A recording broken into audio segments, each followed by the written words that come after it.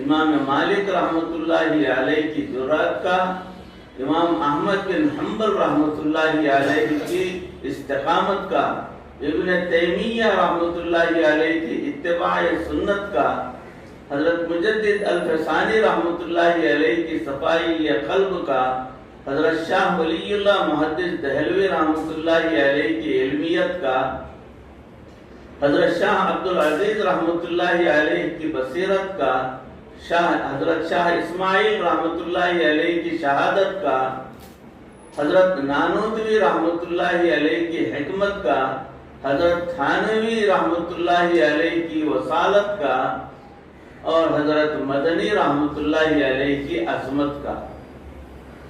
یہ ہے مولویت کے اندر یہ کیفیات کا ہونا لازم اور ضروری ہے، تب کہیں جا کر انسان مولوی ہوتا ہے۔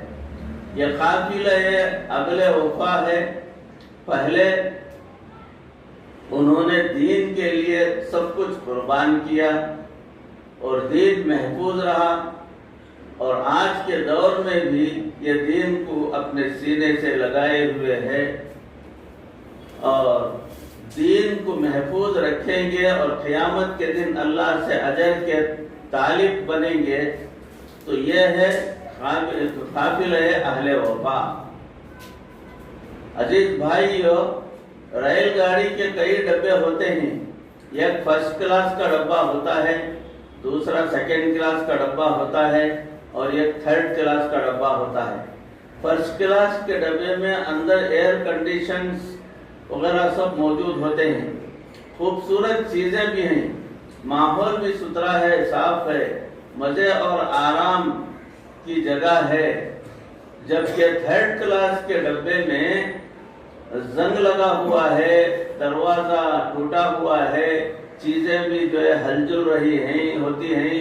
اگر یہ تھرڈ کلاس کا ڈبہ اپنی کنڈی کو فرسٹ کلاس کے ڈبے کے ساتھ پھنسائے رکھے تو جہاں پر انجن پہنچتا ہے اور فرسٹ کلاس کا ڈبہ وہاں پہنچتا ہے، اور وہیں پر تھرڈ کلاس کا ڈبہ بھی پہنچ جاتا ہے۔ ذرا توجہ فرمائیے، اس امت کی مثال ریل گاڑی کی ڈبے کی سی ہے۔ نبی صلی اللہ علیہ وسلم اس کے انجن کے مانند ہیں، اور یہ انجن اللہ کی رضا والے اسٹیشن کی طرف بھاگ رہا ہے۔ صحابہ کرام رضی اللہ عنہم اس امت کے فرسٹ کلاس کے ڈبے ہی، اولیاء کرام امت کے سیکنڈ کلاس کے ڈبے ہی، اور ہم اور آپ اس امت کے تھرڈ کلاس کے ڈبے میں ہی۔ حال تو بڑا ہے، لیکن اگر ہم اپنے اسلاف کے ساتھ نسبت کو پکا رکھیں گے، اپنی نسبت کو سلامت رکھیں گے، اسی پر مٹنے کے ارادے رکھیں گے، تو جہاں انجن اپنے اسٹیشن پر پہنچے گا وہاں تھرڈ کلاس کا ڈبہ بھی باقاعدہ پہنچ جائے گا۔ اللہ رب العزت ہمیں اپنی رضا والی زندگی نصیب فرمائے، آمین۔ اے قافلہ اہل وفا کے نقش قدم پر چلنے والوں، دستان وفا کی یادیں تازہ کرنے والوں، عشق الہی کی جستجو میں زندگی گزارنے والوں، اسلاف کی نسبتوں کو سینے میں محفوظ کرنے والوں، چراغ علم جلاؤ، بڑا اندھیرا ہے۔ آج اس بات کی ضرورت ہے کہ ہم اپنے مدارس کے اندر تقوی اور طہارت کے ساتھ بچوں کو ایسا علم سکھائیں کہ وہ نبی صلی اللہ علیہ وسلم کے اخلاق سیکھیں اور لوگوں کے دلوں کو جیت لیں۔ چنانچہ آپ گھر کے اندر اچھا بیٹا بن کر رہیں گے، اچھا بھائی بن کر رہیں گے، اچھے خاوند بن کر رہیں، اچھے باپ بن کر رہیں گے، اچھے دوست بن کر رہیں گے، اچھے مومن بن کر رہیں، حتیٰ کہ ماں باپ دیکھیں تو دعا دیں کہ یہ کتنا اچھا انسان ہے۔ آج آپ ایسے ہیں، ایسے رہیں گے کہ کل قیامت کے دن اللہ کے سامنے جائیں گے، اللہ رب العزت آپ کو اپنے مقبول بندوں میں شامل فرما لیں گے۔ اور اگر ہم مدارس میں رہے مگر گناہوں کو نہ چھوڑا تو اللہ رب العزت کے ہاں قبولیت نہیں ہوگی۔ یہ تو دوہری محرومی ہوئی۔ چٹائیوں پر بیٹھ کر جانوروں کی طرح گھٹنوں اور تخنوں پر نشان بھی پڑ جائیں اور پھر اللہ کے ہاں قبول نہ ہو تو ہمارے پلے کیا رہا؟ مولا، دنیا نے ہمیں اپنے سے کاٹ دیا تو ہمیں اپنے سے نہ کاٹنا۔ اے مولا، دنیا نے ہمیں اپنے سے کاٹ دیا، علیحدہ کر دیا، تو ہمیں اپنے سے نہ کاٹنا۔ ہمارا تیرے سوا کوئی نہیں ہے۔ اے اللہ، ہم نے تیرے ہی در کو پکڑ رکھا ہے، تیرے ہی قرآن کو سینے سے لگایا ہوا ہے۔ اے مولا، ہم جیسے بھی ہیں اپنی رحمت سے ہمیں قبول کر لینا۔ اے مولا، ہمارے کوتاہیوں کی وجہ سے ہمیں ٹھکرا نہ دینا۔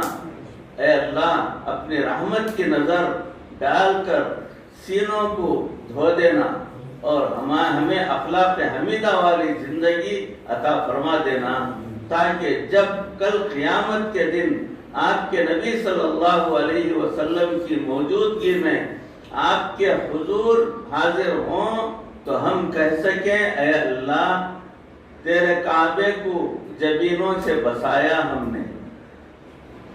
اے اللہ، تیرے کعبے کو جبینوں سے بسایا ہم نے، تیرے قرآن کو سینوں سے لگایا ہم نے۔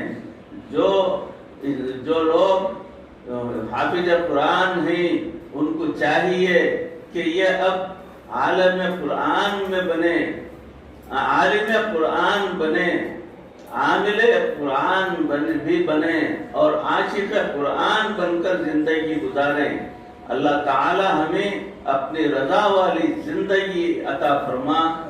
اے اللہ، ہماری برائیوں سے اور دوسروں کے حقوق کو طلب کرنے سے ہماری حفاظت فرما۔ اے اللہ، ایک اور پرامن شہری بن کر ہمیں رہنے کی توفیق عطا فرما۔ ہمیں تیرے نیک بندے، برگزیدہ بندے بن کر ہمیں اس دنیا میں زندگی گزارنے والے بندے بنا۔ اے اللہ، ہمارے گناہوں کو معاف فرما۔ مرتے دم تک پروردگار کسی کا محتاج نہ بنا۔ ایمان پر اور کلمے والی موت پر ہمارا خاتمہ فرما۔ ربنا تقبل منا انك انت السميع العليم وتب علينا انك انت التواب الرحيم صلی وسلم علی حبیبک سیدنا و مولانا محمد وآلہ وصحابہ اجمعین برحمتک یا ارحم الراحمین والحمد للہ رب العالمین۔ ذرا پاس کر ڈالو نماز کے بعد انشاءاللہ۔